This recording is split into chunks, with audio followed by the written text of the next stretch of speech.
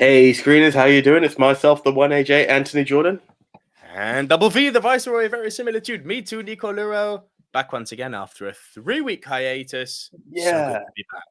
It is. It's good to be back. So, we advertised 1 week and then there was 2 inexcusable weeks. It was just life. Like, one day, adjusted to one thing and then another. The calendar just couldn't connect. It just couldn't connect. And yeah, it's nothing personal, guys. We love you guys to the max, but life. And if you follow us on Twitter, at Movie Mount Rushmore, you will know that I put out a very sincere apology and promised you all that we would be back on Tuesday. Here we are. And I know Den the Tech's going to be happy about the fact that he's now got something to watch on a Wednesday. Bro, this is it. You know what? Even at one point, it was like when we couldn't make it because we wouldn't have had enough time to do the whole pod. I was like, maybe we should do like a little 10-second video just to promise everyone, we haven't like completely gone. It's just, it is what it is. But hey, yeah, no, thank you for putting that out on the Twitter. Again, I can't see it because I'm still gonna guess. Like, I can't remember what films we were talking about, but hey, I'm gonna guess. Yeah. So we are there. So even though there's been a 3-week hiatus, there was still one film that I really wished I could have seen. I don't know if it's. I'm not going to bring it on your list. I'm not going to bring it up, but based on the subject, I thought we could have linked it with another film. I will say you read the book recently. Oh, well, I'm still reading it. Okay, yeah. I've never seen the monster of a book. I believe that. Have you seen the original film? No, I have not. Not. I've been advised against it. Oh wow. Okay, so well, we might as well throw it out. I kind of thought it might have been a cool time with like Dune, which Nico's reading, and the new film's coming out. But hey, neither of us seen it, so it's on Neither Rushmore. So spoiler. It does look fantastic. The new one. Oh fuck! It looks good. I've got a very strong cast, and the trailers look good. I made that call about little Timothy Chalamet. Well, I say little, he's huge now. But I said that he could be the second coming of Daniel Day-Lewis, really. Hey, I rate him that much. I really think he's that damn good. Wicked. Well, hey, long may he reign, as it were. Like, I'm looking forward to this. It could be something big. But again, because neither of us have seen the film and Nico's still reading the book, it's nothing to do with Dune. No. It just happens to be film set in the desert because, hey, why not? Like, topics are topics and they come up. It was one we had planned for a while ago, and I believe it was for the original release of Dune, funnily enough. I think you've just triggered a memory there, man. Yeah, there you go. So, hey, yeah, I think it may have been, actually. But, hey, it was one of those where we're like, which one should we do? We're like, this one seems cool. Shows how long the global bastard has been around. Exactly. So, for anyone, when Dune comes out, we will just retweet this episode. We won't be revisited. I don't think I can watch that many desert movies. But, this is it. It's just one of those big ones. Apologies for anyone on my audio side. I forgot my mic while traveling. So you don't sound that bad. Good. Thank you. Good. Do you know what, bro? I actually think you're being a bit harsh on this list because I'm looking at my list and I have to say it's a very nice eclectic mix. Bro, I've got a good mix. I'm just saying, I don't think once you have to remove this from it, and especially in the time that this film can release at any time, don't get me wrong, there's still a few other films, yeah. But once you remove the 10, potentially 20 from that list, and then to have to find a new set, then you start reaching. It's like, I saw sand. Does that count? No, I don't want to do that. So this is it. I hope I'm not going to spoil your list by saying here, but when I put this out on Twitter, people were like, Star Wars. I'm like, bro, I'm the biggest mark for Star Wars, but get fucked with that. There is one. Yeah. Star Wars was nearly on the list, and I was like, but it's not enough because essentially we see a lot of stuff. Which one were people saying? The original, A New Hope, and I was like, yeah, I get that the fucking opening 30 to 40 minutes were on Tatooine, but no. To be honest, when it was on my list, it nearly was episode 1, and I still felt no, it's not enough. Just no.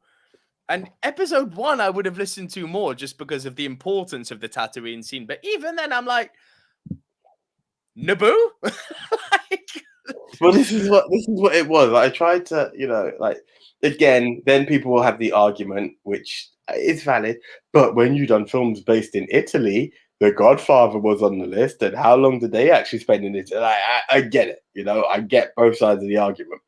But I was of the nature of I want it to be 95%, if not entirely, set there. So. Yeah, it's one of those things. It's one of those things.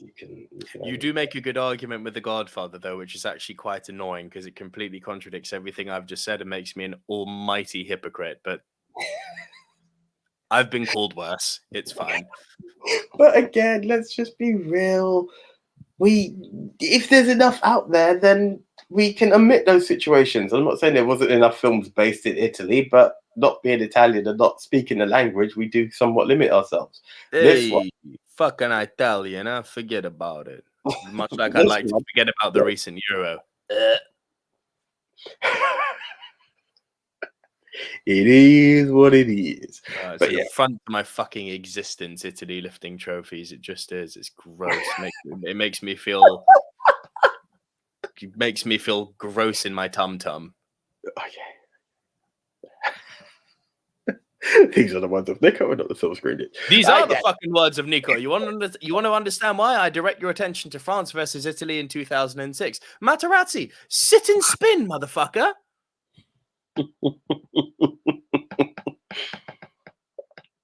Okay. Yeah. But that has nothing to do with the desert. So No, it doesn't. Although I'd love for that cunt to get lost in the desert and never make it out, but that's a different thing. That's another story in itself. Right. Okay. Shall we? Let's do this. So, before you ask the question while doing your rundown, who is starting this week? Me. Perfect. So the screens are in the right position. If you don't know what we're talking about while listening, head on over to YouTube, Silver Screen Dudes. Right. Okay. Nico, would you like to explain the movie Mount Rushmore for anyone who's not listened to it before? There's the first plug of the day done. Follow us on YouTube. So for those of you new to the show, please welcome. Thank you. Welcome. Everyone is welcome here. If you're a movie fan, even if you're not a movie fan, you're welcome. How does the movie Mount Rushmore actually work? AJ and I each get assigned a topic. We go our separate ways. We come back right here, whether you're listening to us in a recording capacity or in a visual capacity. We come back here and we deliver to you, the Silver Screen Dudes, our individual top 10s. This week, I will go first, delivering my bottom 3. AJ will then deliver his bottom 3. I will deliver my next 2. AJ will deliver his next 2. And then we will trade one apiece. If at any time while we are running off our individual top 10 lists, one person has a movie in a higher position, that person will say punt, and we will punt and talk about that movie when we get to the higher position. Once we have both rounded off our individual top 10 lists, we will create the movie Mount Rushmore. These are the 4 quintessential, diverse, must-see movies of the genre, which this week is movies set in the desert. And I've kicked myself because there was one that was meant to be on my list and I didn't do it. It was a bit of a cheat one. It's not too late to put it on. I'm not going to do it. I'm going to stick with my list, even though this film kicks the ass of most of them, but I'm not going to do it. The moment I go for my number 10, it's done. Are you sure? Last chance. Going once? Going twice? Going twice and a half? No, I'm not going to do it. Just because it's a bit of a cheat, and I need to rewatch the film to know how much is in there. Just in case you're wondering, I was going to go for Casino because it's set in Nevada, which is essentially a huge desert. That's completely fucking valid, and I'm angry I didn't put it in. It's literally in the desert. Yeah. Okay. The whole film isn't it? The whole fucking... No. Okay, so you've got those cutaway scenes to the guys that believe it's in Chicago, and that's where they bug the place and they find out what's going on in Vegas, but they're momentary scenes. 95% of that movie is in the fucking desert. Why did I not put that on? I'm so pissed with myself because now should have gone for it. I had to revisit the film because I remember those momentary scenes. I'm like, how big is it? How much is it out of it? All right, cool. I almost insist that you put it on now. But no, we've given it away. Fuck it. Yeah. I'm gonna fight for it on the Rushmore. It's not even on our list, and it goes on. Oh dear. Anyway, it wouldn't have been my number 1, but I tell you, fucking what, it would have been punching. It would have been punching. Okay, my number 10. I will be the first to put my hands up and say this series is an absolute guilty pleasure to me. I do not condone it. I do not respect it, but I like it a lot. A lot. I'm going with Resident Evil, and I'm going with the third one, Resident Evil Extinction. Which is coincidentally, as you can see if you're watching on YouTube, look at the movie poster. It's in Las Vegas. God damn it. It hurts even more now. It hurts even more. It really does. So this is like, so we've done the unfolding here. We've seen the T-virus spread. We've seen Nemesis in the second one. We've seen the obliteration of Raccoon City. And now we get to kind of a post-apocalyptic wasteland, which, you know, say what you will about this movie. The soundtrack is fucking brilliant in this film. So good. One of the things that I don't think it gets enough credit for. Amazing soundtrack.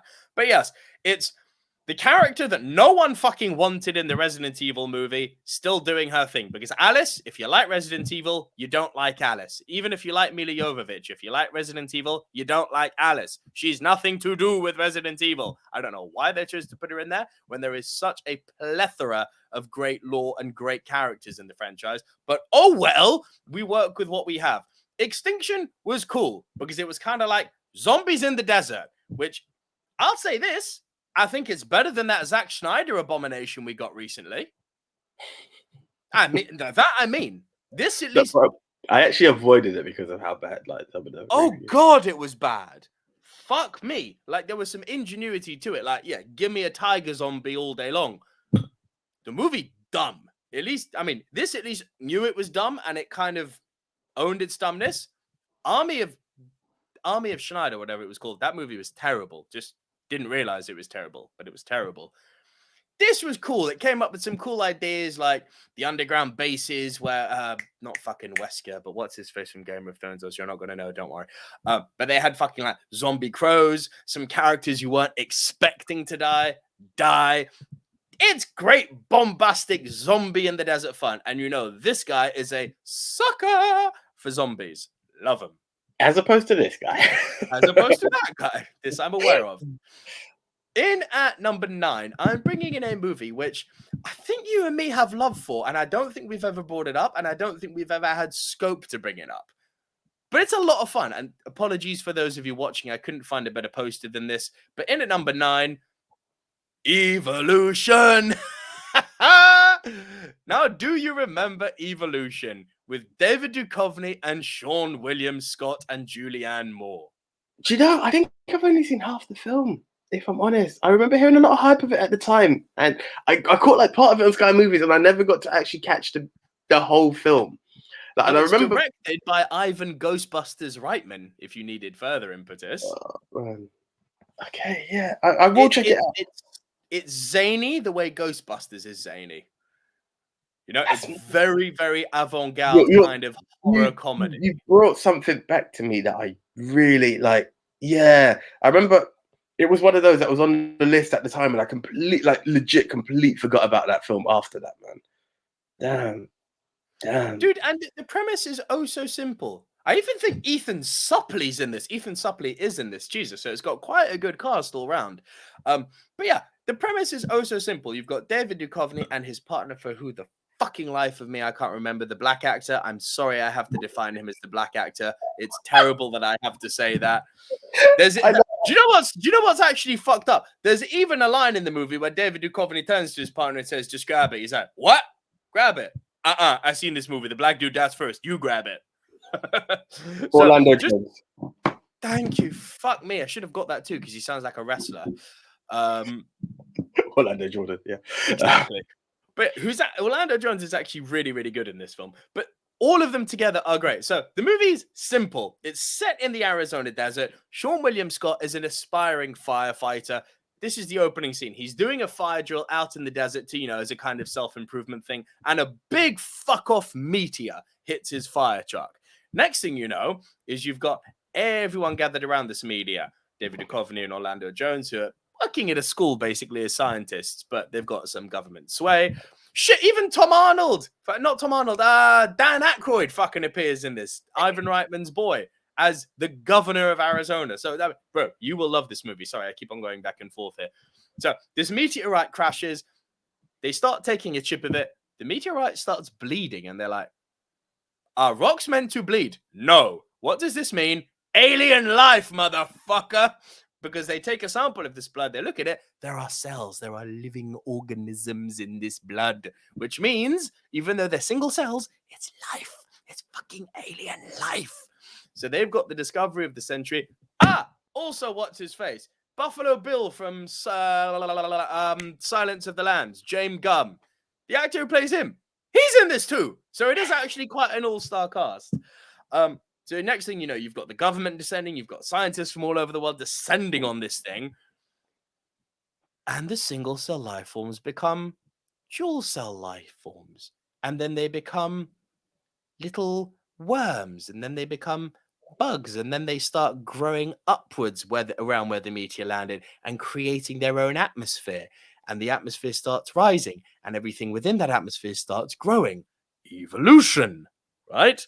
And eventually things get bigger and bigger and bigger and bigger until you've got some which are able to cope with our atmosphere. Warning! And everything starts getting bigger and bigger and bigger and bigger. And it's like, it gets to a stage where, wow, we've discovered alien life, to holy shit, we've got a problem with alien life. It's stupid, fun. Sean William Scott brings the yucks, as you would expect, but they're all on point in this film. They're all very self-aware, and it's got that Ghostbusters vibe to it. It's kind of like, not in any way a sequel, it's worlds apart, but it's kind of like, I call it like the spiritual successor in the world. In the world of, yeah. A spiritual successor. It's like you can feel Ivan Reitman's handprint all over this, and it's nice. Okay, that's nice. That's cool. And it's available on Amazon Prime if you do want to check it out. Cool. Awesome. Okay, so my number 8 possibly should have been higher because you and I really like this film, but my number 8, Brendan Fraser, Rachel Weisz. Oh. Well, it was The Mummy. And what are you saying? Yeah, that's a pun. Okay, I thought that's so. That's a pun. All right. Yeah, I thought that might be the case. Right. All right. You know what? This film was weird because I remember being mega gassed for it, but when I saw it, it wasn't as exciting as I thought it was. But it was still a good film. So in at number 10 for me, like at the time, this was like the coolest combo you could ever have given me. George Clooney, Mark Wahlberg, Ice Cube, freaking.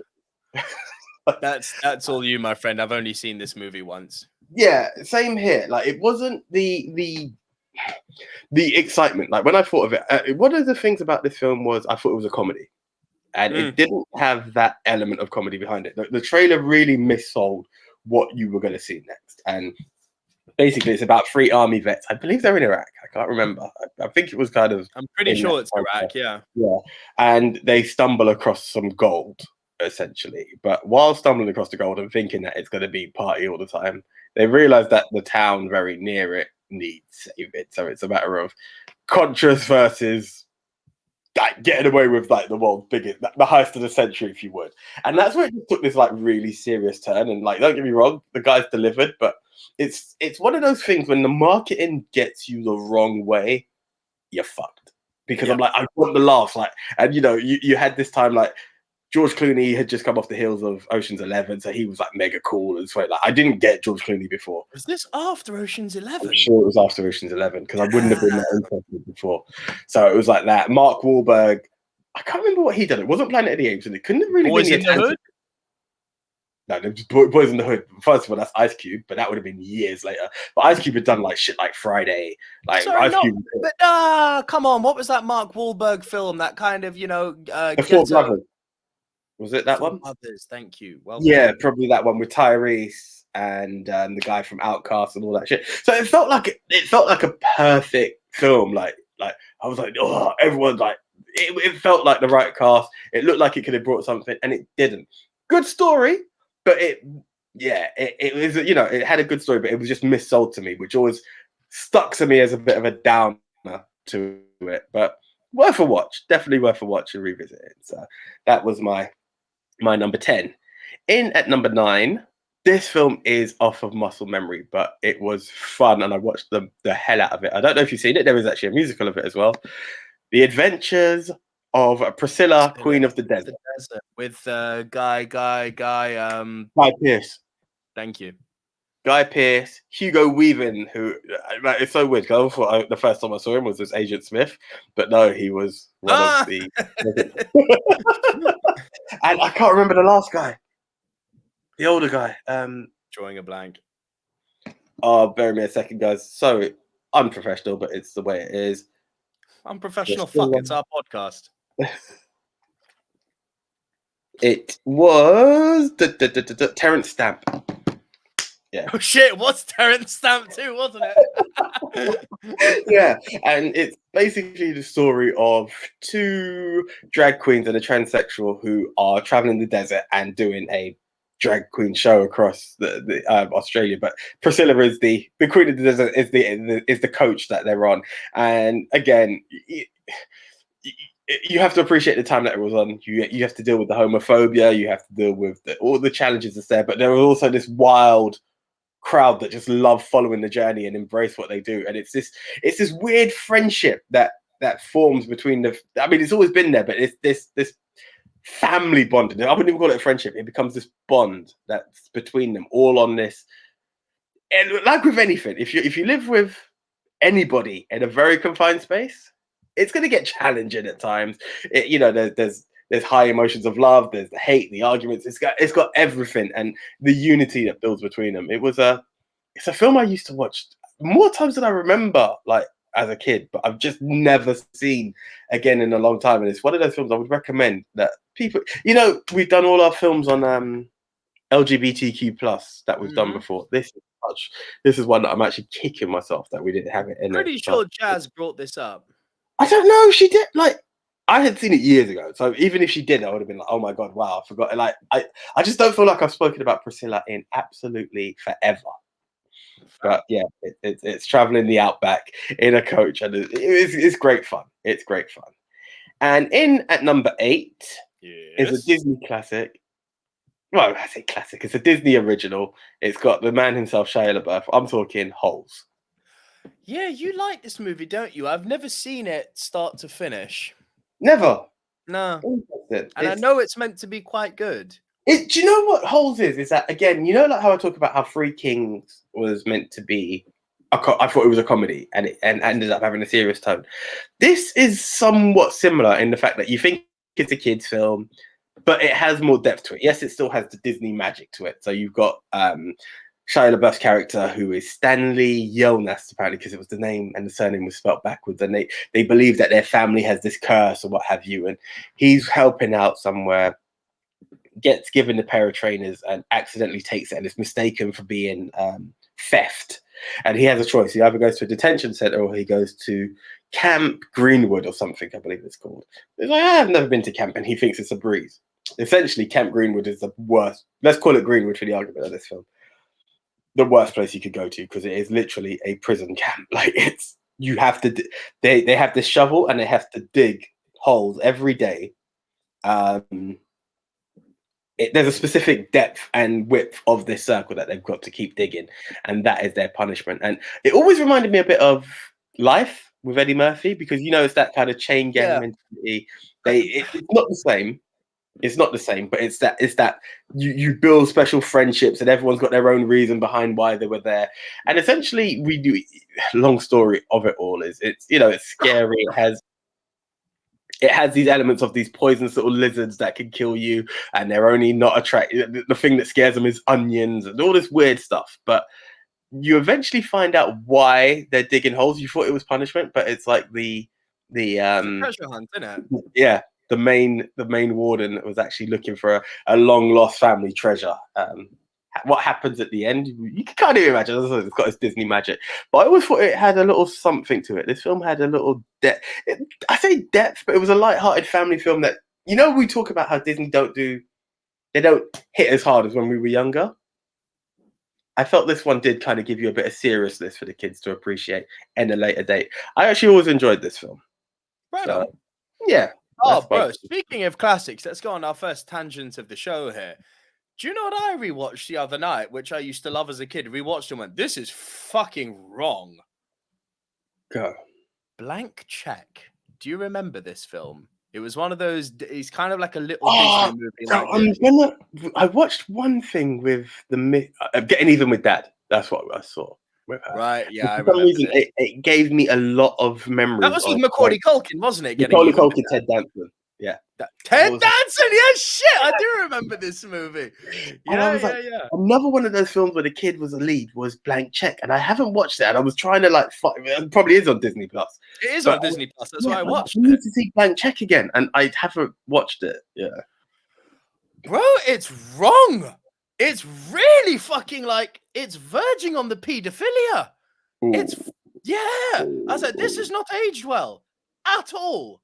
So the premise, just tell me if this resonates with you, right? So you've got this kid who's fucking got a really tight-ass father, doesn't give him any money, and it's stupid because at that age, kids want money, yada, yada, yada, and they're just showing parents being misers. It's bullshit. The setup is terrible. Absolutely terrible. But enough to make the story what it is, yeah. Yeah. The kid gets hit by a guy who's escaped from prison, and the guy who's escaped from prison has given $1 million to the bank, like a gangster bank, to keep. I mean, you don't know it's a gangster bank, but the guy who runs it is a bit of a wannabe gangster, and he's kept the $1 million in the safe for him. And then this guy who's just deposited the money hits the kid with the car by accident, of course, not intentionally, and then everyone starts gathering around, and obviously he's just escaped from prison, so he's a bit shook. And then he sees a police car coming, and he's like, "What's it going to be, kid? How much?" And then he sees the police car coming. He's like, "Just give this to your dad. He'll know what to do with it." And you see this check, right? And it's a blank check, right? So what does Preston do? Sorry, the kid's called Preston. We're meant to believe that through the power of 90s computer and kid intuition, he's able to do the exact fucking font that you get that appears on the check. Yeah. From a banker's draft kind of thing, as opposed to yeah. Sorry, one sec. Fuck's sake. And yeah, so he goes, he types in $1 million into this blank check, takes it to the bank. Obviously, it's the bank where this gangster is. And important point. The bank gangster's been told that my associate will come and pick up the money tomorrow. Now, obviously, this bank manager thinks, "Oh, little kid coming." That's actually quite a good cover if you're a gangster, to get a kid to come and be your mule. So that part is like, makes sense. So next thing you know, kid's shown up. He's got the $1 million, and yeah, he walks off with $1 million, and he starts fucking spending it like it's going out of fashion. Now, obviously, this attracts unwanted attention from the police, yada, yada, yada. And the police investigator, the kid doesn't know this, but the police investigator who's kind of watching over the whole thing is this very, very, very hot female played by not Hilary Duff, something Duffy. Not Patrick Duffy, obviously, but can't remember her name. She's the Duffy family. And the kid's front is that it's this, he's fronting as a guy called Mr. McIntosh, who nobody has seen before, right? Karen Duffy, Karen Duffy, thank you. So he's been brought on as Mr. McIntosh's representative.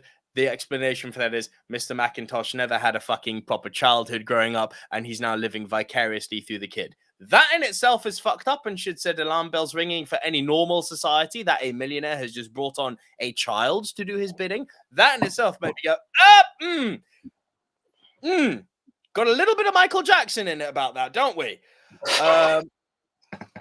But the next thing you know is this police officer is trying to meet this fabled Mr. McIntosh, and Preston's like, "Oh, he's not available, but I'm his associate. We can, we can discuss things over dinner if you want." Next thing you know is the girls turned around and went, "It's a date." It's like, no. No grown woman should ever say to a minor, "It's a date." No, we're not in that age anymore, right?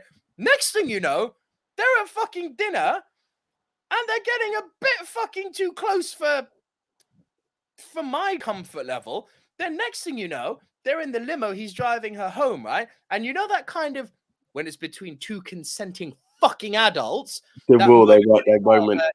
They don't kiss, but you can feel that electricity, right? It's kind of that magic of Hollywood, isn't it? Like they lean in, but they don't kind of go all the way there. Or they don't even lean in, but you can feel that electricity between them, right?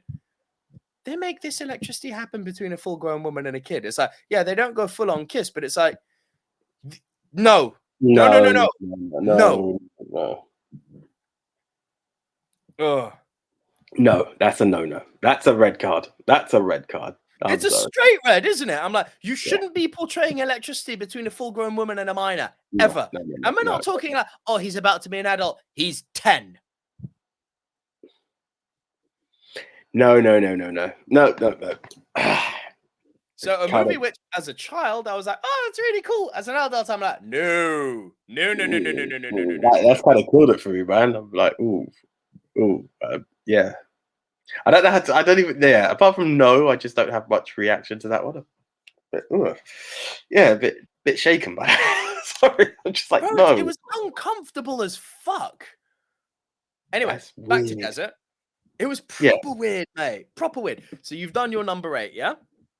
It was back to you. Yeah, Holes was your 8.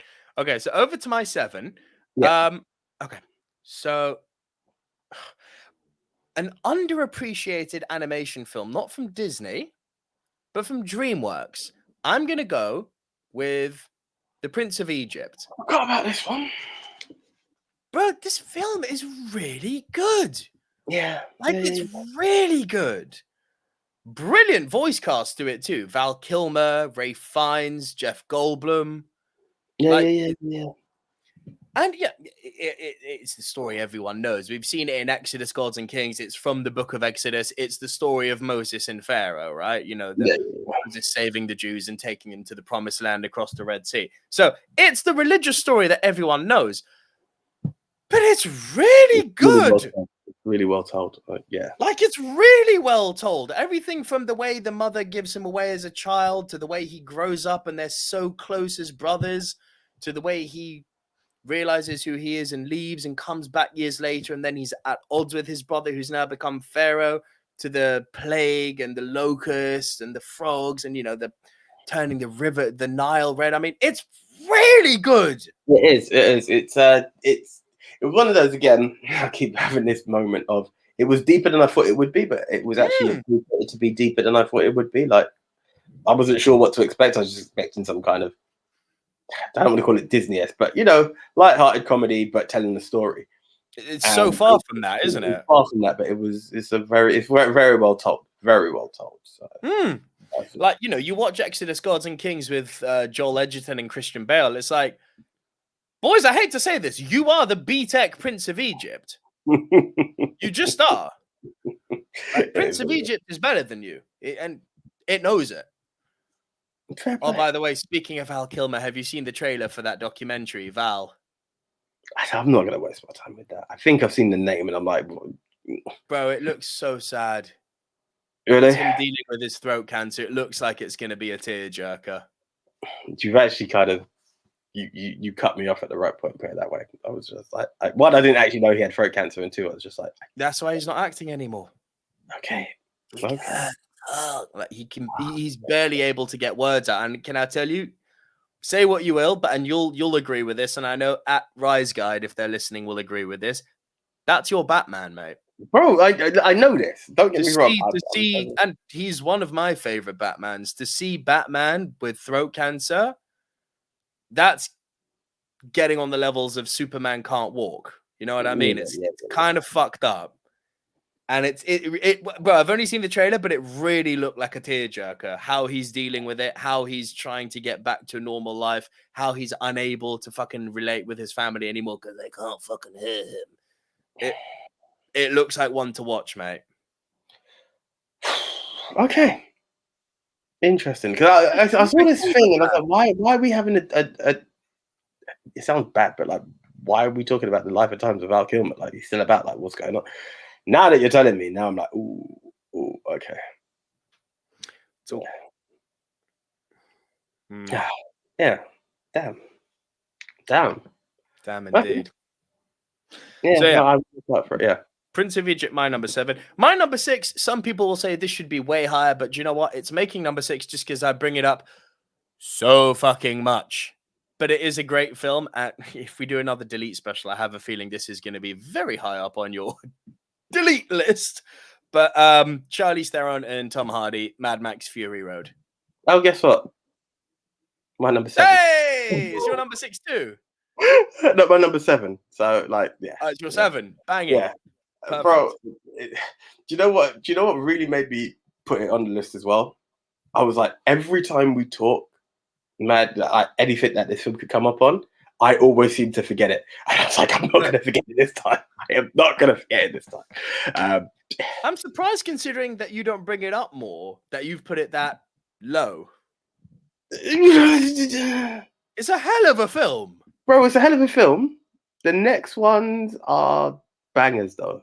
All right, fair. The next ones are bangers. Like, yeah, the next 6, I mean, argument could be for number 5, but I still think it's the desert. Had Casino been there, it would have been even higher, sadly. But yeah, it's a great film. It's a great, wild, mad adventure, as you described it, and it's the best way to say it. The live-action Mario Kart movie. It really is. It's Mario on cocaine. I'm sorry. It just is. Yeah. The plot is as thin as you like. It's like, we're running away. They're chasing us. Let's go back. It's as simple as that. They try to add depth and dimension to the characters, and I believe they do so successfully. But when you break it down to its lowest common denominator, they go one way, they come back. But it's fun. I love the way you've broken it down. I'm like, good point. I can't even argue it, but you can't. It's like as a plot, the movie is really shit. Mm-hmm. But because of the world building, because of the interpersonal relationships between the characters, because of the performances all around, because of the pure bombasticness of this movie, we forgive it because it puts the F in fun. Yeah. It's just true. It's a mad adventure, and you kind of forget like story just take on. Put it this way: if it was wrestling, it'd be called a spot fest match. It's like that moment. Completely. This is TLC, the movie. Yeah, exactly. It's not a story. It's just moments. There's moments joined together to make an awesome movie. So yeah. Cool. What a perfect way of saying it. It's an absolute spot fest. Well played. Right, so that was your number 6, my number 7. Over to number 6. This is the one we punted on. Yeah, come on, man. It's the Mummy. The original Mummy. When I say the original Mummy, not the Tom Cruise stuff. Yes, I'm aware there was the hammers. That's not an original. It's far from an original. But it's my Mummy. It's the film that I didn't think I was going to enjoy. Right. Honestly, honest to God, didn't think I was going to enjoy it. I no offense, it was at a time where I think just before this, the last time I saw Brendan Fraser, he was George of the Jungle. Like it, but you're like what I'm meant to buy into. Yeah, it was George of the Jungle. Before that, he was in America. He was Encino Man. To us, he was like California Man. He wasn't the actor you took seriously. Do you know what I'm saying? He just wasn't that actor that you took seriously. He was always in those fun films, but like for me to expect an action adventure movie led by this guy, it felt like no way. What came next when it was give this film a shot? Like I was like, all right, if you insist, but like the adventure that comes, and he owns it, and this is why I don't know if you've seen it. I know it's kind of trended on Twitter. I know it's on Twitter, but I saw a hint of it on Instagram where the whole world wants to show love to Brendan Fraser at the moment. I'm like, yeah, the guy deserves it, especially with this kind of like. Yeah, time hasn't been kind to old Brendan, has it? It has not. From the as I read recently, it's not what I would have called him, but they said it. His roles were often the himbo. Like he was that guy, and like. It's very hard to sell that to someone now. That's who he once was. Yeah, But he was a good-looking cat. He was. And yeah, time has evolved that so much so like you now take something like Doom Patrol. Yeah, like Doom Patrol. They just use his voice now. They don't even. I'm not saying that's how bad time has been to him, but it's just like that's the way he's cast as opposed to that face that every person wanted to follow before was Brendan Fraser. Like, it's not even used that way anymore, which is sad. But I'm glad to see people are appreciating him. But bringing it back to the Mummy, I love the way they told the story of how the Mummy was and who the Mummy is, and even down to the stupidness of the fear of cats. Like the whole world building and the event that follows from it. It was absolutely amazing and unexpected. 2 was good. 3, not so much. Awful. It was awful. 2, you didn't like 2? No, 3. 3 Oh, was 3. Yeah. I wasn't sure. 2, I liked. It killed it for me when they brought in CGI Rock at the end. It was all this whole building, and then the like Scorpion Bro, that King. looked bad back then. It looks so bad now. I can only but imagine what it looks like now. Yeah, it was weird.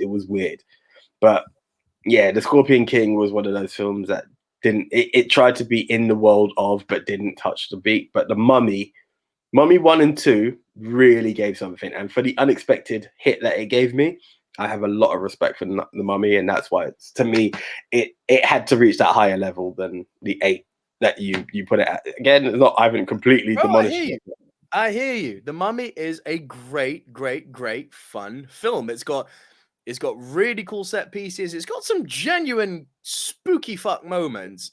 Yeah. It's got some moments, like the fucking scarabs are like, they're legendary now. The scarabs are horrible. But yeah, Imhotep, man, he was such a great villain. Big time. Yeah.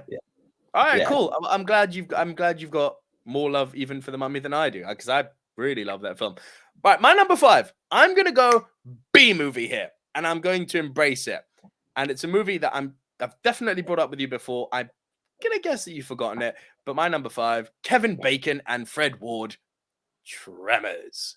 Do you know, it was one of those, it was on the list. It was like, if I have time, there was, there are other films like June would have preceded this in films of I will get to it kind of thing. It's the worms, Tremors is on the list. It's the big worms, isn't it? I was just like, hey, June's got him, Tremors got him. Get the fuck out of here, Tremors. We're going with the original big worms. Yeah, it was a weird one. Well played. I'll get to it. But yeah, I just didn't get around to being able to catch this one. But I do remember you talking about it. Dude, it's Jaws in the desert. That's literally what it is. The same way that, Jaws sells you on the idea of if you splash, you die. Swimmers, you're at risk. Movement in the water, you're at risk. This was basically like movement in the desert, you're at risk. Because these blind fucking worms, they can feel your footprints. That's how they detect you. That's the reason why the only way you can hide from them, rocks, motherfucker. They don't generate the sound waves the way sand does. It's Jaws in the desert. It's stupid fun. It's these big, giant monster worms that come up from the sand and drag you down. So fun. And it just gets, they raise the stakes. It's like, first it's just one guy that gets eaten. Then there's a chase. And then next thing you know, these fuckers are tearing down buildings. It's like, man, how big are they? And then you see them. It's like, oh shit. Nice. Cool. Fun. I'll give it a shot. Am I right in saying, like Jaws, there are also multiple Tremors movies? But only the first one. Yes. Only the first one worth watching, right? No, I actually, much like with Jaws, the first one is the only one which you can actually say this is good, right? Okay. In Jaws' case, great. Jaws 2, while not coming anywhere near the fucking caliber of the first movie, Jaws 2 is still watchable. I would argue that Tremors 2 is a better movie than Jaws 2. Interesting. Because Tremors 2 was fun, and they kind of did this little evolution with the worms. It was like, oh, you got more shit to fuck with. Okay. The worms have evolved. Interesting. Tremors 1 and 2 are definitely worth a watch. 1 is a must-see if you're a movie fan. Absolute must-see. Embrace its Venus. The name has made the Kevin Bacon. The name has made the circuit. So I should, in that sense, it was worthy. But it's on Netflix. Okay. Makes it even more accessible and less excusable. Fair enough. Yeah, fair enough. What's number 5? Right, this was the one that I said is a bit of a cheat, but I had to. Go on. The Martian. Matt I'll Damon. argue it. I know where you're going to argue it. Go on. But it's deserted land, isn't it? Let's be honest. It's not a desert on Earth, but it's desert land. Planet. It's a desert planet. There we go. So I mean, how does one then not say it's not a desert? Essentially, like if there's an argument to say it's not, I mean, if we said deserts on Earth, then by that definition, I'd be like, okay, you win. But take it elsewhere. I think it has more gravitas than Star Wars was because the entire. Okay, yes, the Earthlings are. No, I do not. I think this has got just as little gravitas as Star Wars does, for the simple reason that it's not on Earth. Like, but I guess then you can argue that that's not a parameter we set. So yeah, but this is what I'm saying. So when you, well, I said if it was deserts on Earth, then yeah, I would take it back and I'll swap it for Casino and probably move it up a touch. But failing that, I'm just saying I think this was an absolute awesome movie. Matt Damon, being the powerhouse actor that he is, really brought it again, because we're talking about a man who's stranded on Earth. He has stranded on Mars, and finds all means by which to survive, even down to growing his own vegetation to make it all happen. Like I was impressed with what was delivered, because I didn't know what the hell they were going to bring, Yeah. and that's why I have a lot of respect for this film. I just thought, wow, you again, you research Mars in school. Anytime people want to talk about aliens, it's the Martians, and you're like, oh god, where are they going? It was, thank god, not the way it could have gone, like the absolutely terrible B movie with all these funny headed looking aliens coming out, like the one from American Dad.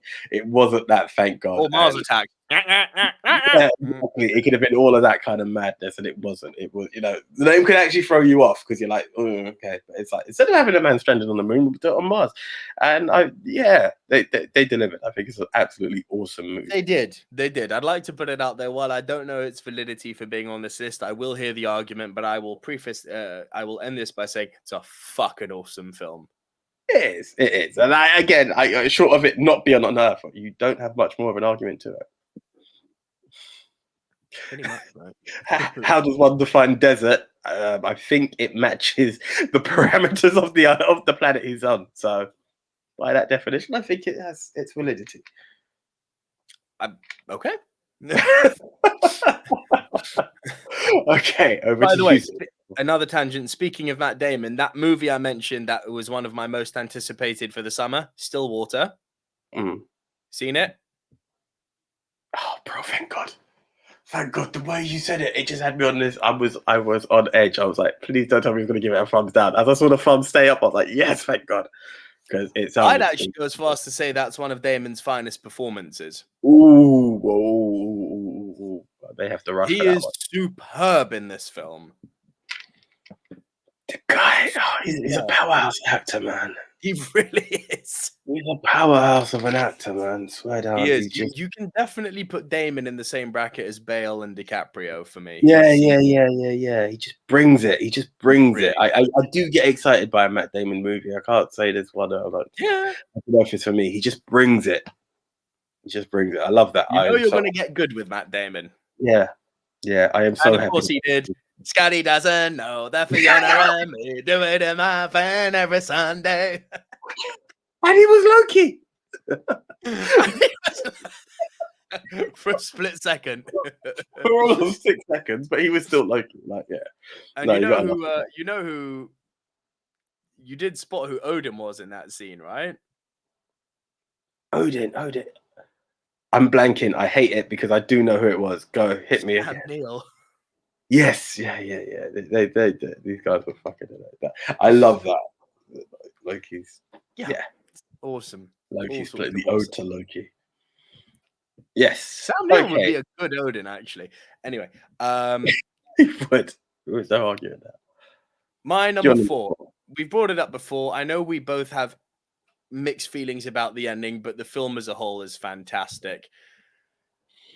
Josh Brolin, Tommy Lee Jones, and Javier Bardem. No Country. It's actually, there's no denying that it's a desert. Of course it's a fucking desert. How's this even an argument? No. But listen, I completely went over the head. It's 100% a desert. The I'm not whole movie arguing is at in a all. I was like, desert. yeah, of course it is. Even the town they're in, it's like Vegas. It's a town in a desert. It's a bro, desert. listen, there was no argument from me. There was no argument. It just It may not be like your traditional fucking Saharan Big Dune desert. It's still a fucking desert. Oh. Sorry, now that we're doing this, there's another film that's coming to my head. I'm just killing myself. It's too late to make changes now, my friend. Huh? Too late to make No, changes. I'm not changing it. I'm sticking with these, especially on the final four. I'm not fucking about with. Ooh. But there's another film that's just hit me. Oh, yeah, I know it's gonna kill you too. Maybe I've got it. Anyway. Maybe I've got it. Who knows? Yeah, maybe. Who knows? No Country for Old Men. What a performance from these guys all round. Between Javier Bardem playing Anton Chigurh, one of the scariest fuck villains with his fucking gas-powered bloody cattle prod. And then he ups the game and puts a silencer on a shotgun. That's just not fair anymore. He's a top killer. He's a proper boogeyman in this movie. He's a professional. Josh Brolin, I think, plays vulnerable so fucking well in this. And Tommy Lee Jones, that kind of side story that happens parallel to it, coming to terms with this reality that he can't control anymore, that things have just got beyond his control, that he's out of the game. It's a really, really good story about, existentialism from his side and about how to cope with a new reality that he can't be part of anymore. Stuff I'm sure you and me are going to fucking be able to relate to in the next 20 to 30. Bro, yeah. Put it this way, I think there's less time for us to reach that than there is if we fast forward the clock or rewind the clock to our birth. Yeah. Well, this is it. This is really it. It's, every day you live, you're getting that. You're not one step closer to that one than the other one. It's just it. Yeah, that's the one. That's the one. But Tottenham. I can't. Yeah, it's a good film. It's one of those films I always say to people: you have to be ready for the pacing because it essentially has that slowness and that silence to it, but it's intentional to set the tone. So you need to know how you're coming with this film. But yeah, it's a goodie. It's a goodie. Oh shit! I've just seen the private chat. Can't fuck shit. I can't, but for some reason, those two films always remind me of each other. And I was just like, so clearly that's not in the list either. Maybe we can revisit the desert. No, there's scope to. Yeah. I'm not even going to share the other one. You guys will just, hey, if you missed it, you missed it. But it's a damn good film. There's the clue for if you're watching on YouTube. Yeah. Anyway. Right. So that was my 4. What's your 4? My number 4, we had to bring him in, the man himself. I so wanted it to be number 3, but there wasn't enough desert in it. I'm talking Raiders of the Lost Ark. Is it a desert movie? Yeah, I suppose it is. Yeah. Yeah, like it's one of those. The more I looked at it, I'm like, it's. I mean, the whole second act is in a desert. I'll give you that much. They find the Ark of the Covenant in the desert. Act 1, no, and Act 3, no. But is it enough? And the second act is most of the film. Like it's the key point of the film, so I would go with it. You kind of got the key point in Star Wars is him leaving Tatooine and assuming his role of Padawan. See what I mean? Like I don't know if it's enough desert. Oh man, I had so much excitement to be able to talk about. It's only Act 2, bro. Like it's an amazing act when he finds the Ark of the Covenant. Don't get me wrong, it's superb, but it's only one act. Act 1 is not in the desert. Act 3, it looks desertish, but they're on a fucking island. It looks desertish.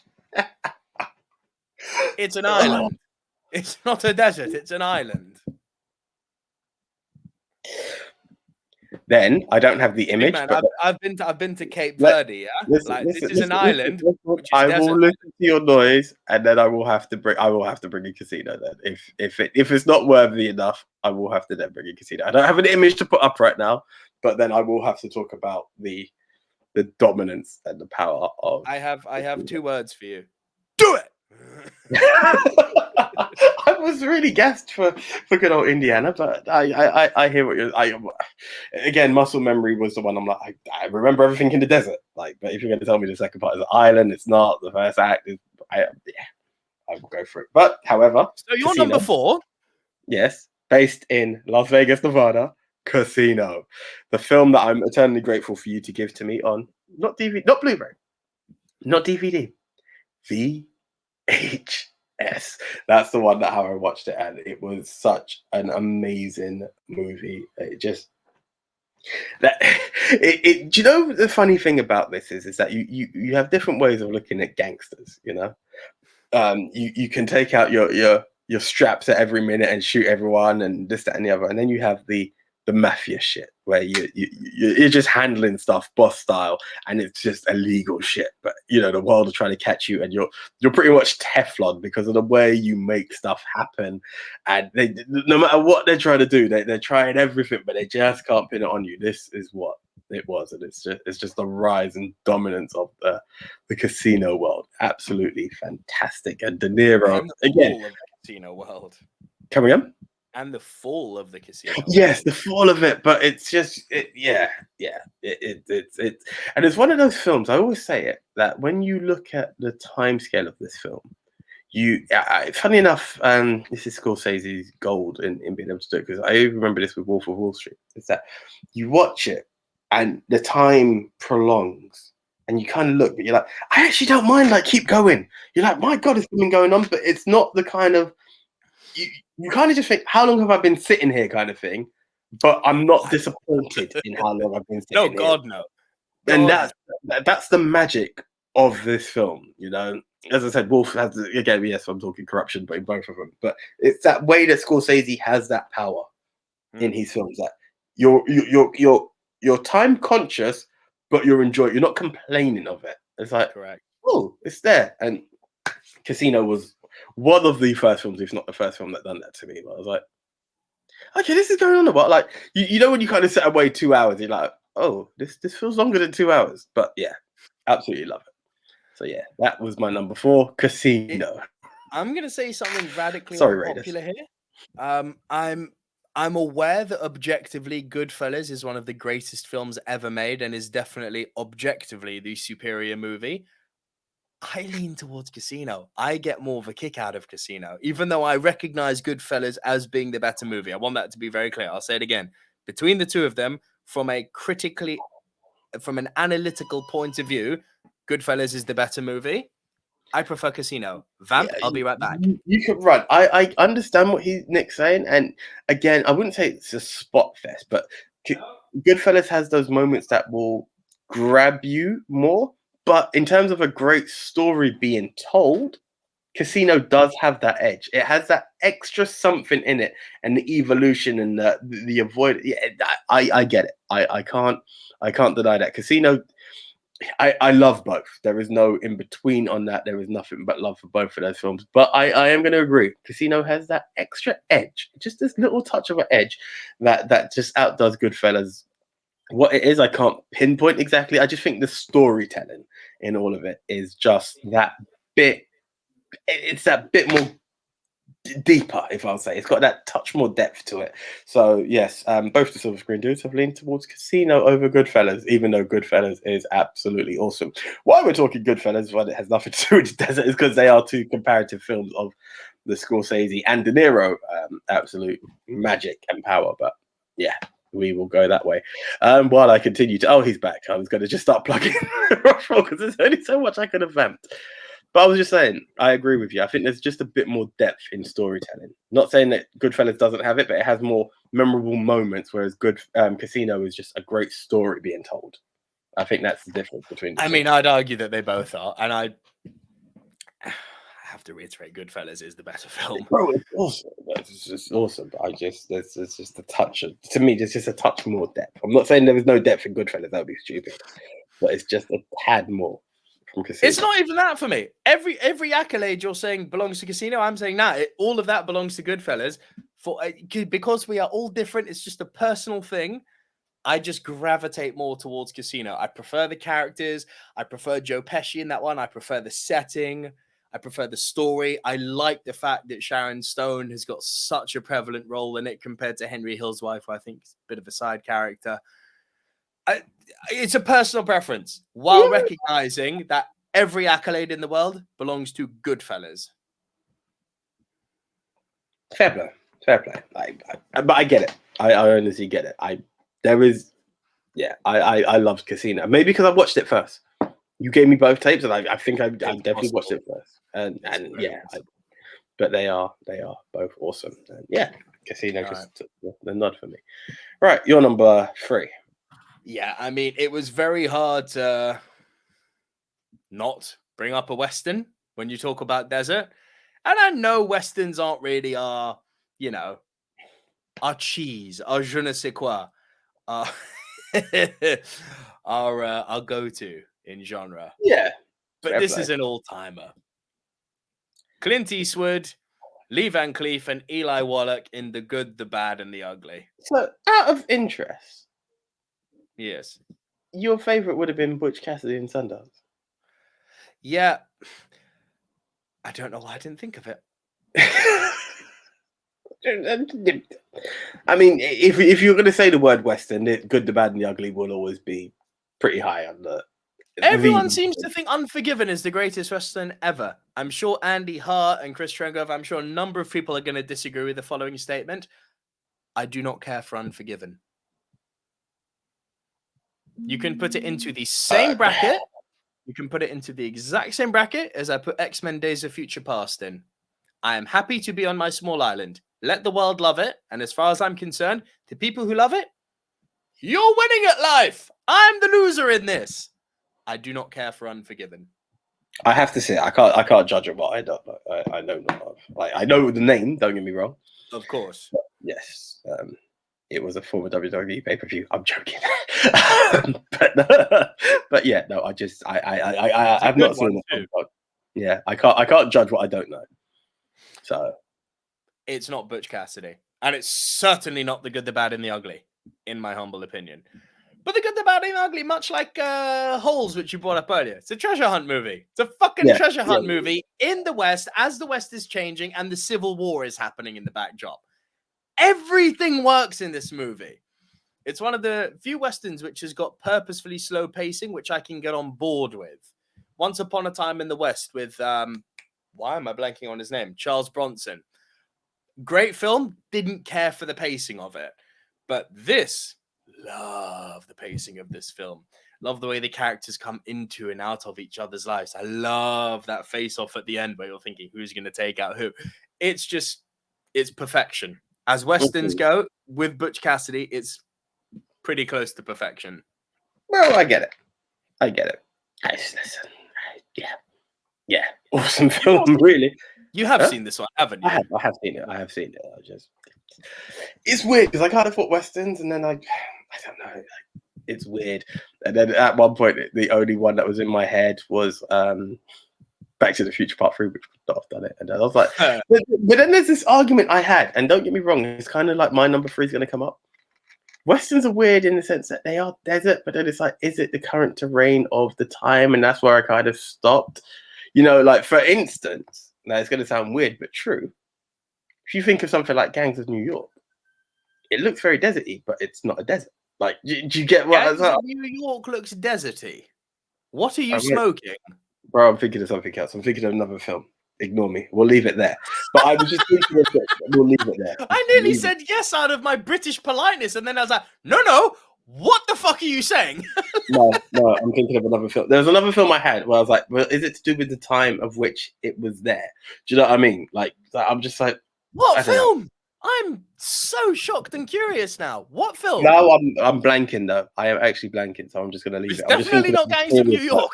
No, it's not. But it's like a period piece, and I'm like, well, it eventually evolved, but that's just how they had their terrain. But we'll leave it as that because I can't think of what it was. Anyway. AJ's first 1985 moment of the episode. Now we can do your number 3. But here we go. We'll go into my number 3, and then you'll kind of get it. Maybe it's even this that I'm thinking of. So here we go. Number 3, The Book of Eli. Now, yeah, That is quite a fun movie, isn't it? Yes, yeah. Now again, these are towns that have just become deserts. So it's like, because is it by definition a desert? No, like it could be kind of like when you look at, well, no, I haven't seen it, so I don't even want to know. But I'm no, I'm not even going to bring it up. I was going to say your Resident Evil. I don't know what terrain looks like there. But do you get what I'm trying to say in the fact that this was a town? Even if we were to take something like, here was another one that nearly made the list for me, the original Planet of the Apes. Yeah. New York has evolved into what would be a desert. It wasn't directly a desert. I would listen to that argument. But do you see what I'm trying to say? So I was like, is it a desert? Is it not? Eli was just too cool for me. It's a wasteland. It's a wasteland. wasteland. Yeah, this is it. And I think, have we been desert/wasteland? Even Mad Max. Mad Max is a wasteland. You know what I mean? Like, this is it. And I just was like, I can't push it too many. So I was just like, some of the westerns, I was like, well, that was just how towns looked in that time. I get it that I take post-apocalyptic and make it worthy, so I can't industrialism do it. I don't know. It's just the way my brain thinks. But yes, the Book of Eli, the adventures of Denzel Washington, and he's protected of a book, the book that he believes is the key to maintain civilization. It's very screw it, it's the Bible. I was going to say it's very biblical, which would have given it away, but why must we protect this book at all costs? Essentially, because it's the one book that he believes will maintain civilization and bring us back to the world. So it's wrong, but that's fine. Carry on.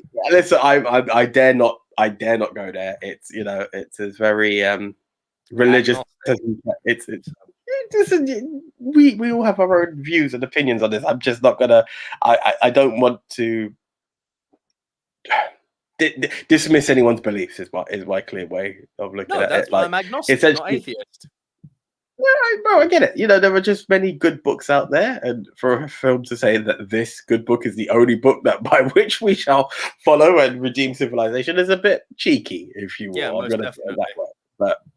But in that is a great adventure with the man himself, Denzel, and Gary Oldman, who was always to be appreciated, and Mila Kunis was a nice side character as well. I had a lot of fun with this film. I had a lot of fun. Yeah, Mila is in this, isn't she? I remember this being very hyper violent. Of course. It's Denzel in a post-apocalyptic film. What are you looking for? What, just the book? Oh, the good book says not to defend. No, he's defending the book. Yeah, right. It's got it. So yeah, Book Number of Eli. 3, that's quite a high praise ranking. It's a good film. I enjoyed it. I had a lot of fun. It's a good film. It is a good film. I had a lot of fun. All right. So my number 2 then. Either you're going to say punt, it's either going to be same punt or oh shit, I forgot it, which is the only answers anyway. Don't know why I'm fucking. No, but it's one of those. It's one of those films that needs to be on, kind of thing. I'm guessing. Yes. So yeah, Robin Williams, Aladdin. Well, yeah, it's a punt. I was going to say small punt. There's only one position left. Well, there are 2 positions, and I would never put it in the other position. So yeah, no. But it's a punt for me. All right. Okay. Yeah, my number 2. This is a good film. It's a lengthy film, but it's a good film. I am talking Lawrence of Arabia. Punt. Okay, so there we are. Okay. That's that done. Right. Worst. Go. Easy. Jim West, Desperado, Rough Rider. No, you don't want nada. Wild Wild West. It nearly made it there for me. I don't hate Wild Wild West as much as the rest of the world does. I actually watched it a few times. No. Like, listen, I'm not saying Wild Wild West would have been like my number 5. Like, Wild Wild West would be like my number 15. Do you understand what I'm trying to say? It's like no. Wild Wild West should have been your number 2 as worst. Bro, I just be entering the top film. It nearly did make my worst, but when you sometimes put a worst in by default. Like, I don't hate the film, but if I have to pick a worst, then yes, you are the worst. And essentially, out of all of my films, it would be. I will let you go for it, and then I will tell you what mine was. Oh, this fucking movie is so fucking bad. Steampunk cowboys. 2 things that can't really correlate. I get you. I'm all for cross-pollinating genres. Most of the time I find that quite fun. Kick-Ass, hyper-violence, comic books. Just pull another one. I just had one in my head and I've got my 1987 brain on today, apparently. Why am I not thinking of cross-pollinate? Can't I think of Ghostbusters? There's a good one. Horror comedy. It just works, you know? Cross-pollinating movies has never been an issue for me. This is an abomination. Even Will Smith says, hopefully it's more like this and not like Wild Wild West whenever he's doing a press screening. He doesn't miss a beat to shit on this film. He should swap it for Gemini Man, but we won't get into that.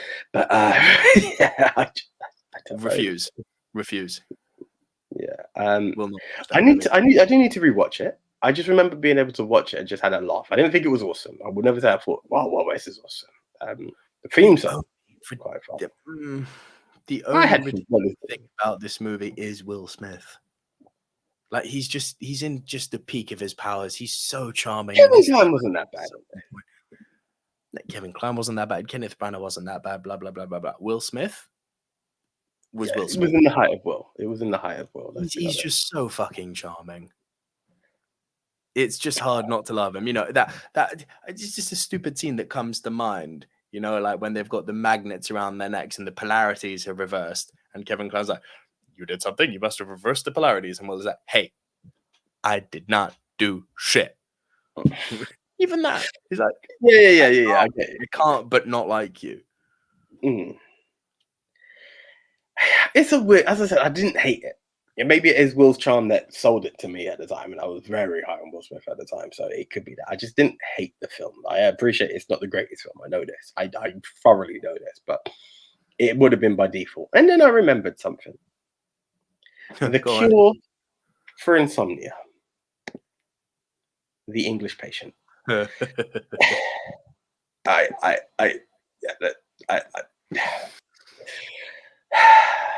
Oh dear. How does one describe a film about an injured, if it's in his name, an injured patient who happens to be English and just being cured? But I was bored. I was legitimately bored. I love this film in America. Do you know, it's one of those things. Now, I'm not going to diss it because I've not seen it, right? Mm-hmm. But do you know one of the biggest? No, not this. What was coming out next is, you know what's huge in America? Downton Abbey. Racism. Kind of big. Had a whole movement last year if you want to really get into it.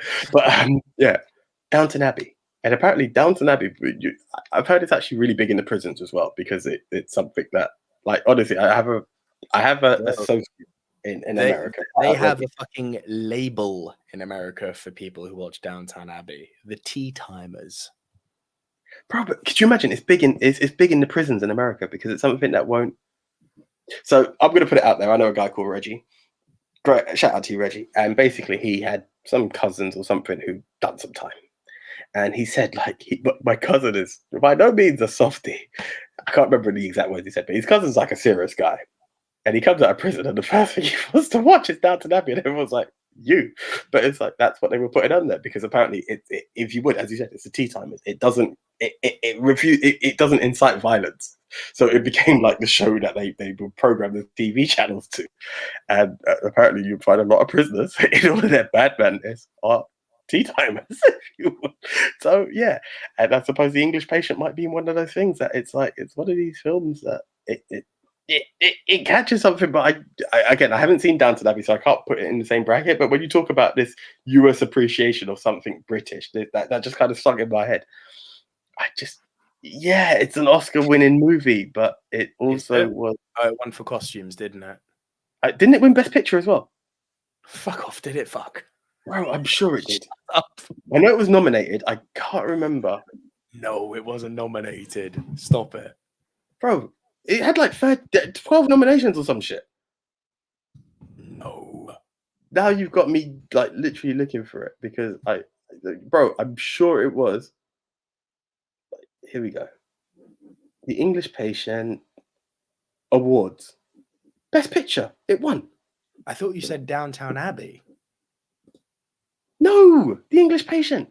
That fucking mystery to me. Bro, this is what I'm saying. I've not seen Downton Abbey. I can't shit on it. But The English Patient, as I said, Man, the cure for insomnia. the Shape of Water won Best Picture. Bro, this is it. The fish fuck movie won Best Picture. I'm not. Oh, mate, I don't. There's a saying: a broken clock is. This is just a broken clock is right twice a day. This is the reverse of that. Like it's like every now and again the Oscars will just completely miss it, and this one here was that. Like, wow. Like again, Wild West. Yeah, I appreciate and I accept that. This film was just, as I said, the cure for insomnia. There is no other word for it. It's so boring. And you're friends with the dude, for God's sakes, and you could say it. I'm friends with his brother. Yeah, it's bad. It's bad. So bad. I'm sorry. I can't even sell it to you. I just, honestly, snooze fest. I just remember, guy. You know what? Confession time. I'd sooner watch Wild Wild West than The English Patient. Like 12 times over. Like, I hate this film, but I'll watch it. Honestly, I put it out there. Bring me to an insomnia unit, I will put this film on. I challenge to see who stays up. Fucking terrible. No, I agree. Yeah, I agree. Okay. So there we are. You win the battle of the worst. Definitely. Thank you very much. Right. Okay. Your number one. Yeah, I mean, it's the two punch essentially, but my number one, regarded as one of the finest films ever made, David Lean directed, starring Alec Guinness, Peter O'Toole, and Anthony Quinn, Lawrence of Arabia. Yeah. What? Yeah. A film. It's a lot to take in, and I think that's kind of where it fell to number two for me. It's a lot to take in. It's one of those films again, intermission, like something amazing. Yeah, but I was, again, what else is it going to hit me for? It's a biopic. it ticks boxes. It's powerful, man. It's powerful. It's so powerful. It's and so meaningful in the modern day. The fact that even this guy who completely understood Arab culture couldn't unite the various tribes. Fast forward to 2021. How's Afghanistan doing? Yeah, exactly. Within what a week to be talking about this, you know what I mean? Sad but true. So sad but true. So sad. It's so true, bro. The Middle East has always been a volatile area for the very reason the Lawrence of Arabia is describing. There's no unity amongst the people. They're all divided. You know, I mean, fuck, we're not much better in the UK. Northern bastard, Southern fairy, but it's not that level of division. Yeah. That's the thing. It's just, similar wars, but just handled. Similar wars just handled differently is the best way I can word it. But yeah, it's sad. It's sad. It's sad what's there, but it's heartwarming to see the efforts. Is the best way. For all the efforts and intentions. Capture the desert. It's so cool. I mean, you really feel the heat and the expanse and the never-endingness of this desert, don't you? Like cinematographically, it's a fucking work of art. It really is just an all-timer. And man, Peter O'Toole is so good. Yeah, there's an argument to be made that they're whitewashing as fuck in this because Alec Guinness and Anthony Quinn playing Arabians. But it was the 1960s. I'm not excusing it. I'm explaining it. Let's be fair. I've not seen the film. This is why it didn't fall under worst. But there was Gods of Egypt that came much later, and the same mistake was made. And that is less excusable. Exodus, Gods and Kings, Joel Edgerton and Christian Bale, right? These are the stuff where it's like, come on, do better. Better. That's, not knocking the actors. Not knocking the actors. No. There is no knocking of Sir Alec Guinness. Sorry. No. Well, I was talking more Joel Edgerton and Bale. Yeah. But, you know what makes me laugh? Anthony Quinn, who is in this, you know what one of his what he ended up doing on TV, right? Anthony Quinn. Go on. You didn't make the connection. Do you remember the old Hercules show with Kevin Sorbo? Yeah. Anthony Quinn was Zeus. Jesus Christ above. Yeah. Yeah. I know, Yeah. right? Bro, I even when you're saying couldn't it, I'm like, place it for Love Nor Money when I was watching it for like the second time, and then the third time when I watched it, I was like, Zeus. do you know what is weird? We all know my exploits and my travel. I actually do have the box set of Xena and Hercules, and I'm like, I need to do it. And this is why it's been ages, but they were fun. They were some fun They times. were fun. They were fun. I know it's not the world's greatest of TV series, but they were. Nah, Hercules was fun, man. I wasn't so big on Xena, but it was watchable. I liked the crossovers they did, but Hercules was a lot of fun. And I actually thought Kevin Sorbo was quite a good Hercules. He was. Anything else, I don't much care for what he delivered, but he was Herc, man. He was Herc. He sold it to me. Like, I was like, hey, this is cool. Yeah, that was. Oh, man. Oh, you put a smile on my face just thinking about those TV shows. What, Kevin? And now just the connection between that. That's also very cool. That's also very cool. Mad, isn't it? Yeah, that is nuts. That is absolutely nuts. But no, it's a powerful film. Yeah, bro, I don't know. It nearly made number one. There's just a magic, and there's something that's very warming and potentially my number one, like in the fact of just what it's always been to me. I get it. It's what it's always been to me. So yeah, And your number one? Yeah, we are talking Aladdin.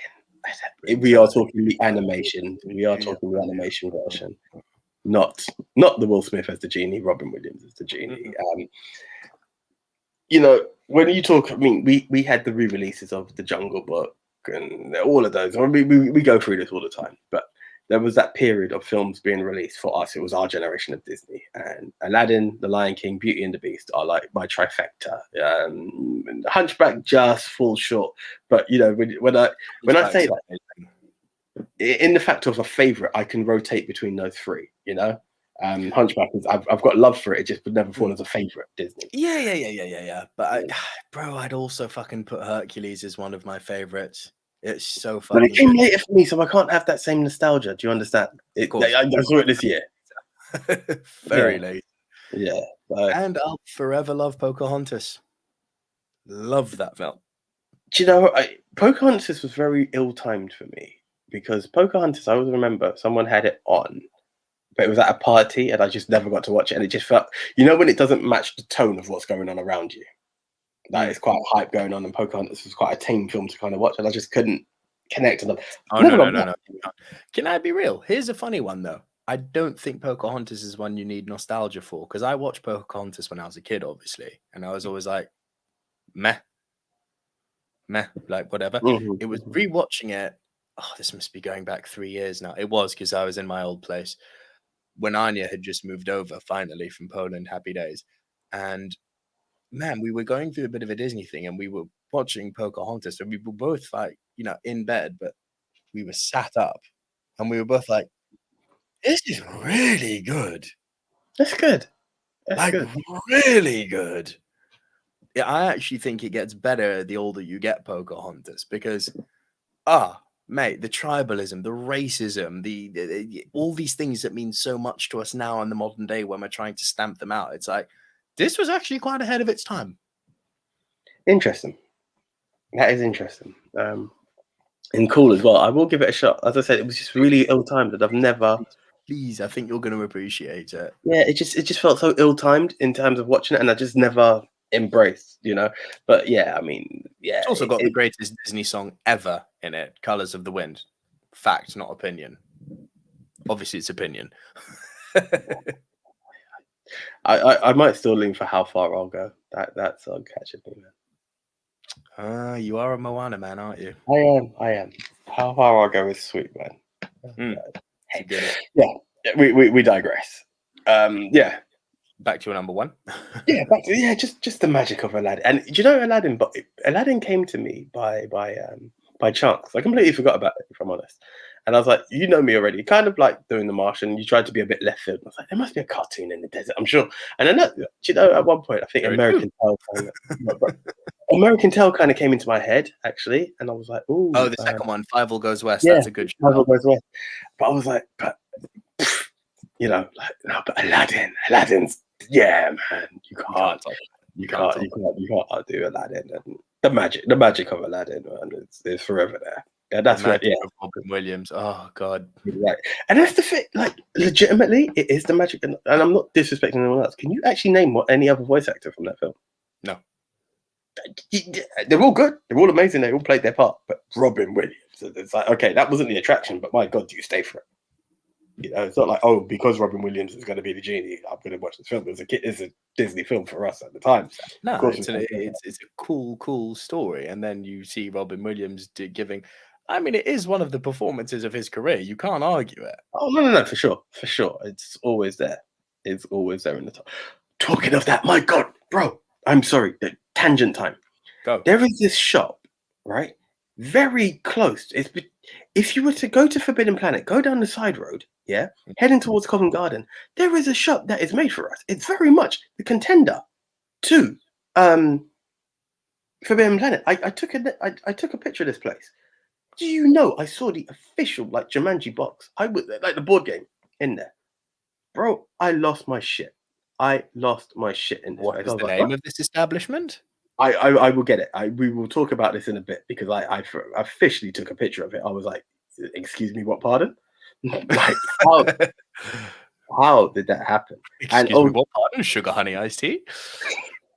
Sorry, I forever credit gigs for that line, but here we go. Bro, it's called The Noble Collection, creators of finely crafted treasures. And we are looking it up now. Look at that coming into your WhatsApp now. I apologize, guys. Again, it's our podcast. This is what we do. I should have got an image up for it, but is your phone on airplane mode? Because I've got you on one take. It was, but let me add the butchers now quickly. This is really good listening for you guys at home. Bro, I lost my shit. Oh shit! I lost my shit. I don't know if the original, like the board game that you could buy, was like that, but I was like, "Whoa, you've got my attention. You have my attention." Wow. And this, my friend, is the name of the store. And they've got some cool shit. They've got like batarangs. They've got Harry Potter stuff. And it was shut. And I'm just looking outside the window. And I was like, yeah. Oh, I might be spending some time on this website afterwards. Yeah, there you go. Very much worth it. But yeah, that's just talking about the magic of Robin Williams. But the magic of Aladdin is even the film, you know, as you said, there were certain fluff lines that just doesn't make it the animation. And that's why this film is there. Cannot be duplicated. It's my favorite Disney movie, mate. So even better. Cool. So, Rushmore time. So, Casino. We've got three. We've got three already. Casino, Aladdin, Lawrence. Yeah, obviously has to be. No, screw it. There's one other film that is a common ground. The Mummy. Like, are we wasting time? Are we wasting time? Well, we've also got Mad Max as a commonality. Just putting that up there. Yeah, yes, this is true, but I also feel like, based on the, as you previously said, potentially to be deleted, I'm up for it. But I also feel like, especially in this time where people are reappreciating Brendan Fraser, the Mummy should be the one. But we'll take it to Twitter for a minute. I'll see what the world says. Well, no one picked either of these when we were on Twitter. Just putting that up. But okay. What did Twitter have to say, or do we Rushmore it for once? No. We're Rushmoring it for our stuff. Cool.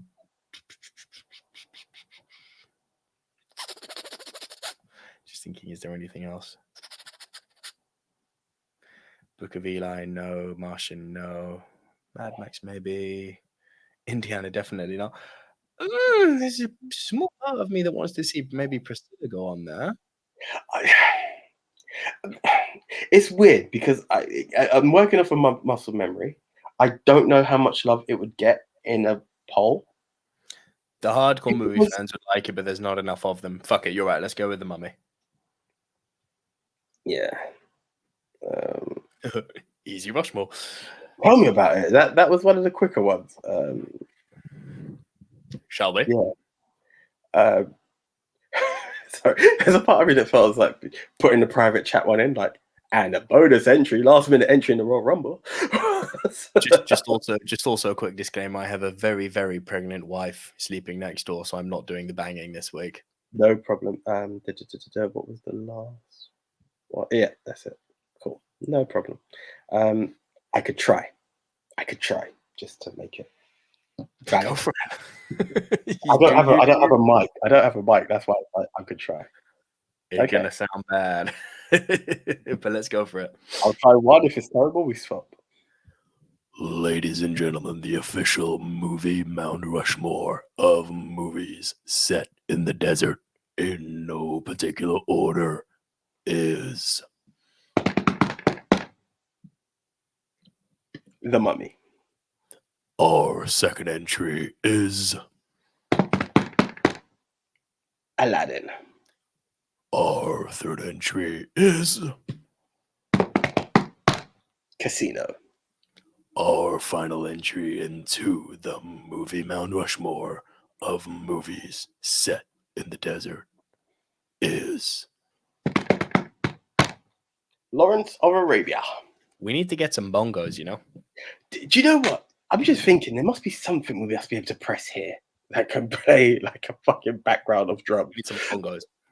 Hey, bro, I could, but again, you have a very pregnant wife and I dare not do it in someone else's house. So I'll be the one banging bongos. Right, okay, guys. We've done this very quickly. We did talk about Priscilla and how the Twitter world would appreciate that film. Why did we do that? Because, my God, it's been 3 weeks. Chris, don't kill me. Not Chris, Andy even, don't kill me. Because to quote Highlander, in the end, there can be only one. I love the way it's got you shook now. So Each week, I'm shitting myself. There can be only one. Yeah, I used to say there can only be one. There can be only one. So, we, the Silver Screen Dudes, had the very easy challenge this week, potentially, of taking the top 4 must-see movies. Now, for you, the screeners, you have to pick the best of the best of the best. This one's for you, Dad. The best, the greatest, El Capitan, El Numero Uno film of the desert. So once again, your contenders are Aladdin, Lawrence of Arabia, Casino, and The Mummy. All you have to do is head on over to @MovieMTRushmore on Twitter, or even better, We Love Movies, movie polls for you, good old JT, who will be the originator of the post. We're just retweeting his stuff. And there, so you can't vote twice, you will vote once, and you will put the vote towards the best of the best of the best. Last time, I'm not going to say last week because that would be an absolute lie, our topic was... Last time, 3 weeks ago, our topic was the best sports movie where the heroes lose. And our contenders were... So I would do this in a Jamaican accent, but one of the comments asked me to never do a Jamaican accent again. So in proper British, cool. Sorry. The fact that it was actually written in, don't do it. Like, don't. Wait till you see who wrote it. Then I guess. Yeah. He's from the island as well. He must have been like, my people will not have that. Stop. So, Cool Runnings, Moneyball, Coach Carter, Rocky. Right. Okay. Just because of the way I think the world appreciates stuff, I'm going to go with... Oh, do you want to read the comments first? Sorry. I was about to say, let's do the comments. So, your guy, Chris Trengrove. I haven't even seen Rocky in its entirety, but my answer is Rocky, as it started the movie populism of this now cliche story. Fair play. No. I listen. I rate it. You haven't seen it, but you acknowledge what its greatness. I will take. The rest of it is a bit here and go, but I acknowledge that you acknowledge its greatness. Den the Tech, what up, bro? Said the right answer is Rocky, but my heart says Cool Runnings. By the way, no more Jamaican accent on the show, pretty please. I want it. Anyway, I'll leave it there. So I did say to him with many laughing faces, I said, it's a promise, but I can't speak for what other accents may come up. Fair enough. Richard Murphy put all great movies, but Rocky is still the standard bearer for all boxing movies, if not indeed all sporting movies, even after 40 plus years. Can I also just, while we have Den, sorry, because I agree with that statement, he did confirm to me that, $1 Million Baby, she did lose. So I just want to get that out there. Like, that could have been, but yeah, congrats. So we needed Rhodes podcast put but Rocky doesn't lose, right? He draws the fight.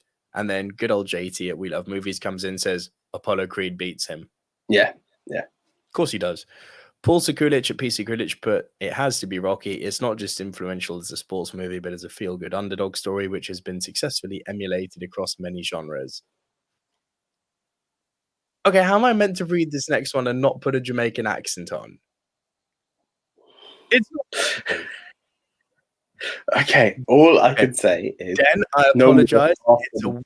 No more after this. So Gavin Mann shared Den, I'm really sorry. Gavin Mann shared a GIF. I see pride, I see poor, I see a badass mother who won't take no crap off of nobody. To be fair, that was as bad as the Jamaican guy, the guy who was playing the Jamaican. So you sound like him, you just don't sound like a Jamaican. It's fine. But Yul Brenner. Bro, he just didn't sound like one. The only thing that was worse than that was the guy who done the Jamaican. Not you. I'm talking about Cool Runnings in general. All four of them didn't have a perfect Jamaican accent. The only thing worse than that was the guy who tried to be a Jamaican in Luke Cage. My God, was that terrible? Anyway, Rob Barlow put, I understand the idea that the other four of 1976 were better films, but Rocky is a positive film about spirit and hope and belief in oneself. It's an embodiment of what America is supposed to be. Also, Donald Trump. Sorry, had to get the shot in. Caroline hashtag FBPE puts Rocky. Ted Stryker's drinking program put the best of the best. The best. So Rocky reference. Brian Kitties put the gif of them carrying the bobsled in Cool Runnings. Snoozy Sue put the gif of Rocky doing the one-arm push-ups. So Rocky. Carol Lane put the gif of the guys in Cool Runnings in the bathtub when they're doing left to right to practice. So Cool Runnings. Manuel Laparca put Adrian. Give you one guess what that's a reference to. All right, AJ, over to you, mate. What we got? Right. Now, Twitter has normally fucked me, but I swear, if anyhow this is not leaned in the right way, I may never play this game again. Here we go. Okay. In at number 4, I'm actually going to go. This is kind of the way I was going to go with it before. I'm going to go Moneyball. No. Sons of bitches. Coach Carter. Bad. You want to know the percent? God. 4.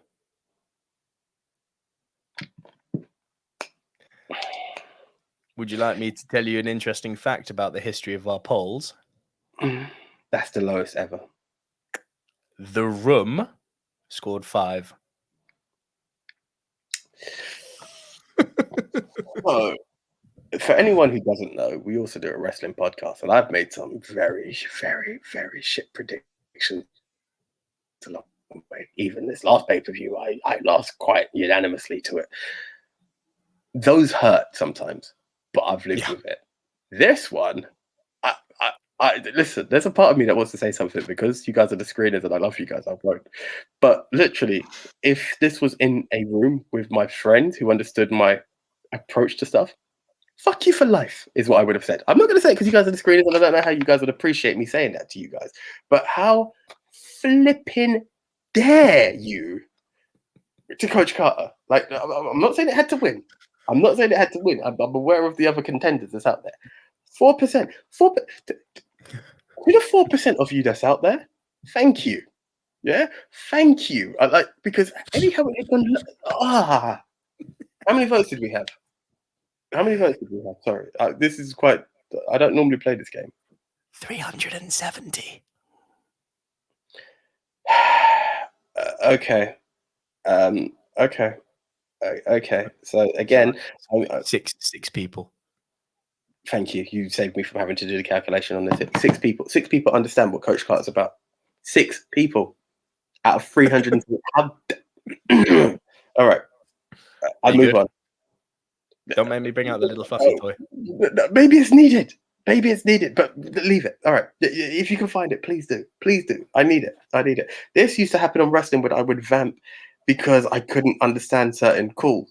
And sadly, the episode where it really came out never actually aired on TV. But yeah, 6 people out of 370.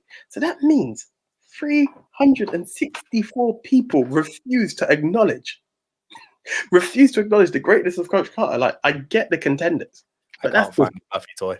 that's fine. That's disrespect. No, how can 6 people only? No, I don't want to have it, but I'm gonna have to have it. It's there. Men lie, women lie, numbers don't. Sadly, that happened. It's life. All right. In at number 3, let's just move on. Moneyball. Correct. 19%. Anyway, in at number 2, Cool Runnings. Correct. 21%. And then Rocky just steamrolled the fuck out of everything. 56%.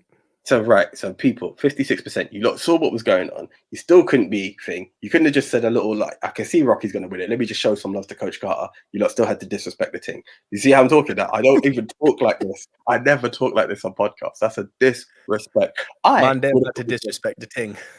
Bruv, are you? No way. No. Congratulations, Rocky. Adrian for the victory. I get it. Cool. Banging. But how could you see? No, come on. Is that? I actually just want to know. You know what's actually quite interesting about this?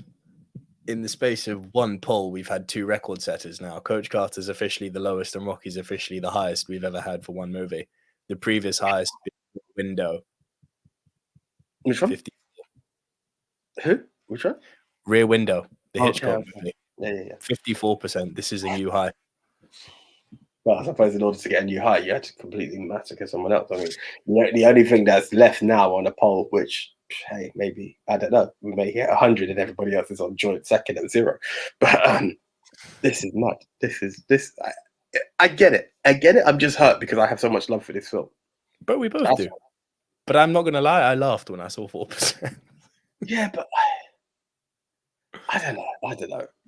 Like, maybe because I fall in the category, I might have made it like 6.2% because I probably would have. That's where I probably. I don't know.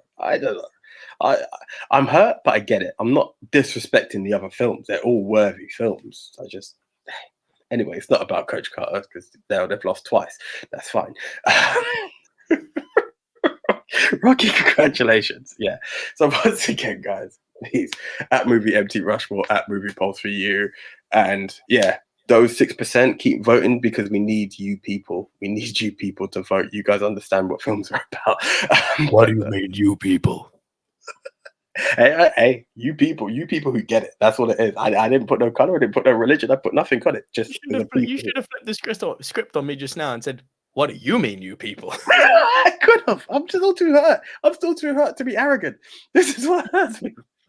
But yeah, as I said, guys, at Movie MT Rushmore, at Movie Pulse for you, just please hit us up, put the vote down. As you see, we do read out the comments. We do appreciate you guys. Also, guys, Nico is going to do the rest of the spiel, but hit us up on any platform. We want the interaction. We want to hear more from you guys. And as we keep promising, there will be a revamp. So those of you who love film, you're going to be very film focused on our bits, and it's just going to go out there. And while I'm here, sorry, one absolute last thing, because it would be a disrespect, not that chat. I do want to put out a huge RIP to Edward Asner, who passed away at the age of 91 recently. So, yeah, that's it. So, Nico, would you like to plug anything else under the SSD banner, sir? It's a tricky one at the moment for the simple reason being is that we're in the very, very early stages of revamping the YouTube channel, revamping the gaming content, revamping the wrestling content. We're going to kind of separate everything because we've seen loud and clear that you don't like it being all under one banner. So watch this space. Otherwise, the Silver Screen Dudes are available every single week. Back once again, like a Renegade Master. The wrestling podcast, we're aiming to get more regular for those of you. It's just one of those things. It's gonna coincide with the YouTube channel. So put it this way, guys, and it's no disrespect, but count yourselves lucky that you are the screeners, because the screeners is where it started. And as much as it's the most challenging one in terms of time consumption, it's the one that we have to respect. We respect it, and it's not that we don't respect the others, but we're just fine tuning because there's a lot of content coming with the others. It's just finding the time to make it happen. So yeah, this one's here. The rest will be coming. And thank you all. And yeah, the love is there. So thank you guys as always. So until the next time, I am the one AJ Anthony Jordan. Get voting on Twitter. get sharing with any movie fans that you may know, and keep enjoying the show and keep interacting with us. I'm Nico Shout out Lurot. to the 50%. We're out. See ya. See ya.